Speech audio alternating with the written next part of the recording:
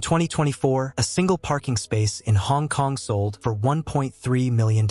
In Monaco, the average apartment costs over $50,000 per square meter. These aren't anomalies. They're symptoms of a global phenomenon where real estate in certain cities has outpaced wage growth by 400%, inflation by 300%, and in many cases, even equity market returns. This is the geography of concentrated capital, and it's reshaping how wealth is stored, grown, and protected. The world's most expensive cities aren't simply expensive because of demand. They're expensive by design. Property prices in these markets are driven by a convergence of factors: restricted land supply, favorable tax structures, political stability, currency strength, and capital inflows from sovereign wealth funds, family offices, and high-net-worth individuals seeking asset preservation. When global capital seeks safety, it flows into a narrow band of cities that offer legal certainty, property rights enforcement, and liquidity. This creates a feedback loop. Prices rise, scarcity intensifies, and the gap between local incomes and housing costs becomes structurally irrelevant to the market itself. What emerges is not a housing market, it's a wealth storage system. Monaco remains the most expensive real estate market in the world. Average property prices exceed $50,000 per square meter, with prime listings reaching $100,000 per square meter. A two-bedroom apartment routinely costs between $8 million and $15 million.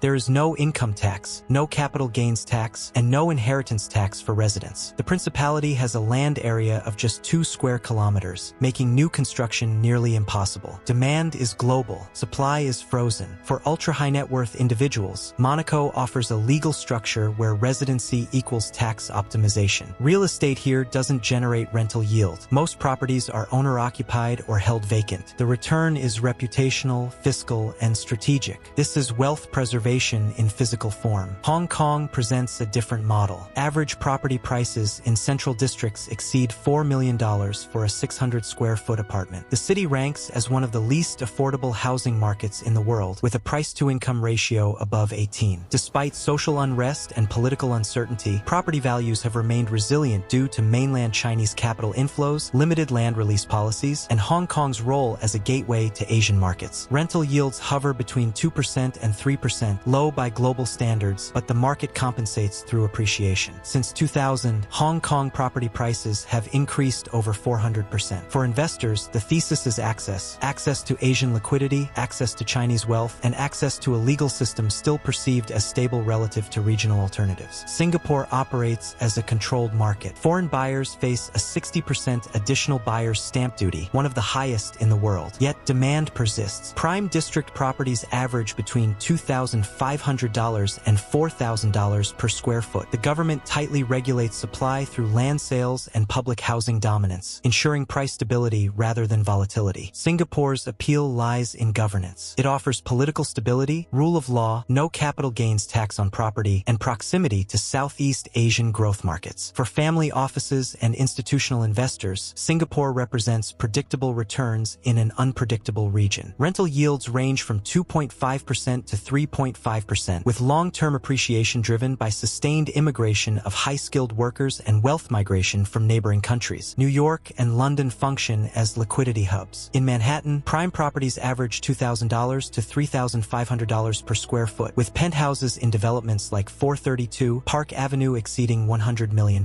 London's prime central districts, Mayfair, Knightsbridge, Belgravia, see averages above $3,000 per square foot. Both cities offer deep secondary markets, financing access, and legal transparency. They attract sovereign wealth funds, pension funds, and foreign buyers seeking dollar or pound-denominated assets. Rental yields are modest, between 2% and 4%, but these markets provide currency diversification and entry into the world's 2 largest financial ecosystems. Property here is less about rental income and more about portfolio balance and geopolitical hedging. Zurich and Geneva represent the stability trade. Swiss cities offer property markets insulated by foreign ownership restrictions, strict zoning laws, and a currency historically used as a safe haven. Average property prices in Zurich exceed $1.5 million for a standard apartment. Geneva is comparable. Rental yields are minimal, below 2% in most cases, but Switzerland offers wealth protection through privacy laws, banking infrastructure, and long-term political neutrality. Investors in Swiss real estate are rarely seeking income. They're seeking preservation. These are cities where capital goes to wait. Consider $1 million deployed across these markets. In Monaco, it buys approximately 20 square meters, a storage unit functionally. In Hong Kong, 150 square feet. In Singapore, 250 square feet with foreign buyer taxes. In New York or London, 350 to 500 square feet in a secondary location. In Zurich, 60 square meters outside the city center. The same capital, radically different outcomes. Monaco offers tax efficiency but no yield. Hong Kong offers appreciation risk and liquidity. Singapore offers control and governance. New York and London offer access. Zurich offers stability. The investment isn't in the property, it's in the jurisdiction. If you found this analysis valuable, subscribe for more breakdowns on global real estate, wealth strategies, and investment trends that institutional players don't publicize. Next, we're covering emerging markets where $500,000 buys what $5 million does in these cities, and whether those opportunities are actually worth the risk. Thanks for watching.